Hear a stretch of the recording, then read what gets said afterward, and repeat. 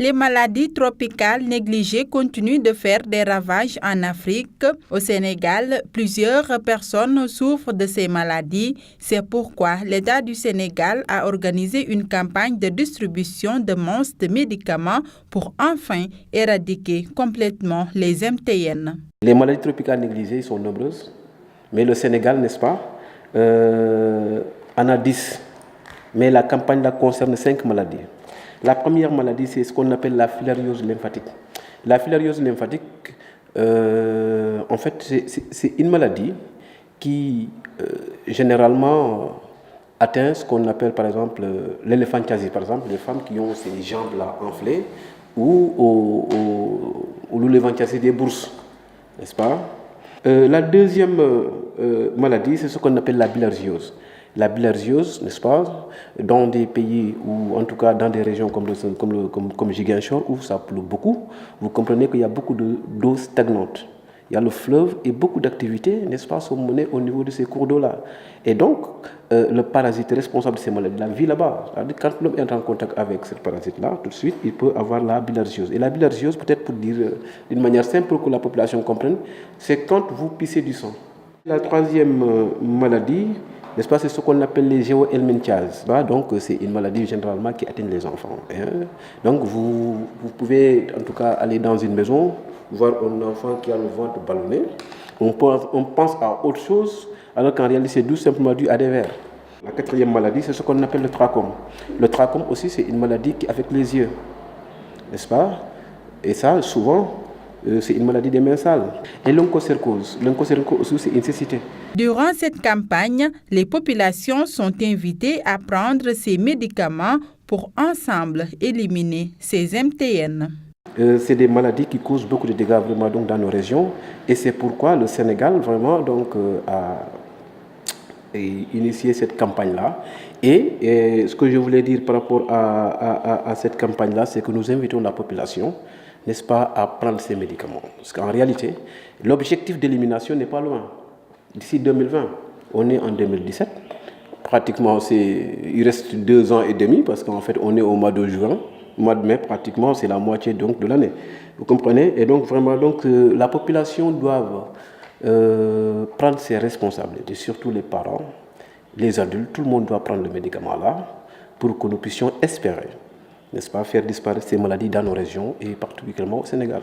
Cette campagne de distribution de masse de médicaments contre les maladies tropicales négligées a démarré dans plusieurs régions du Sénégal depuis le 5 et se termine le 19 mai 2017.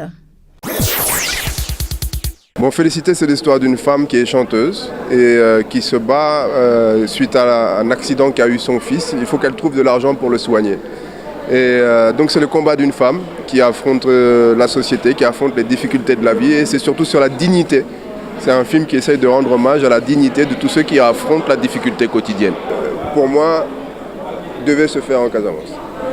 Et puis la rencontre avec cette musique-là particulière et cette chanteuse a fait que le film s'est fait à Kinshasa. Mais les premières idées du film pour moi, elles étaient de faire le film ici en Casamance.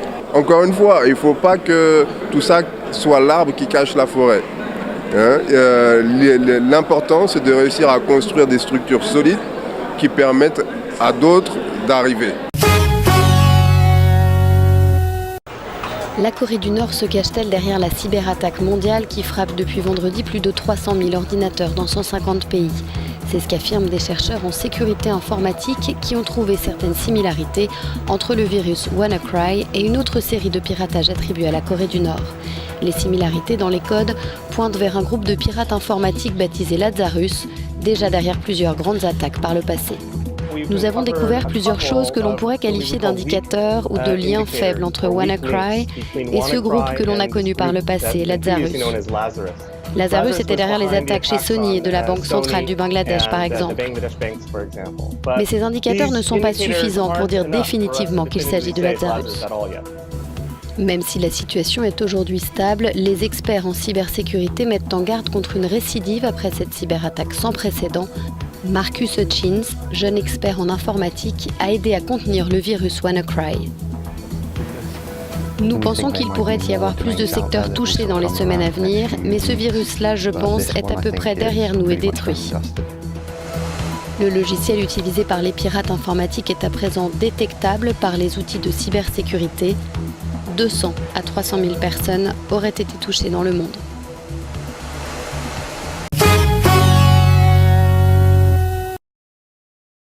Le régime syrien ferait-il disparaître les corps des détenus dans ce crématorium? C'est ce que croient les États-Unis. Ces photos prises entre 2013 et 2017 dans la sinistre prison de Sednaya, au nord de Damas, attesteraient selon Washington de l'existence d'un crématorium. En février, Amnesty International accusait déjà le régime syrien d'avoir pendu 13 000 personnes entre 2011 et 2015. Une moyenne de 50 assassinats par jour, dénonce le secrétaire d'État adjoint pour le Moyen-Orient, qui explique ici que 70 détenus sont parqués dans des cellules prévues pour 5. Ces atrocités ont été perpétrées, ajoute Stuart Jones, avec le soutien inconditionnel de la Russie et de l'Iran. And these atrocities have been carried out seemingly with the unconditional support. Depuis 6 ans, la communauté internationale n'arrive pas à stopper la guerre. Début mai, la Russie, la Turquie et l'Iran ont décidé de créer des zones de désescalade et de sécurité censées faire baisser les violences. Washington préfère soutenir les négociations indirectes entre le régime syrien et l'opposition sous l'égide de l'ONU. Ces pourparlers reprennent demain, mais sans grand espoir.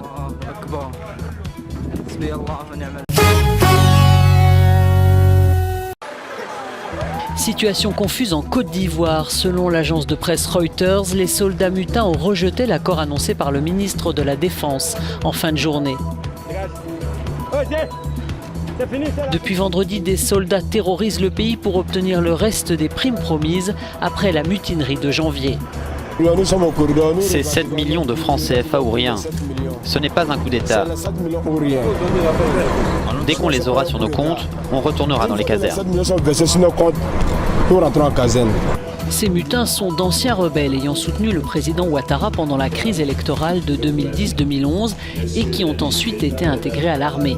Le gouvernement ne peut plus leur payer les sommes promises après l'effondrement des cours du cacao. Bouaké, Abidjan et Korogo sont spécialement touchés par les mutins qui sèment la panique. Alassane Ouattara est notre père, nous avons besoin de lui. Tout ce qu'on leur demande, c'est ce qu'ils nous doivent. À Abidjan, le plateau quartier administratif et des affaires était totalement désert hier. Les grands magasins, les banques, tous les bureaux et plusieurs écoles ont été fermés.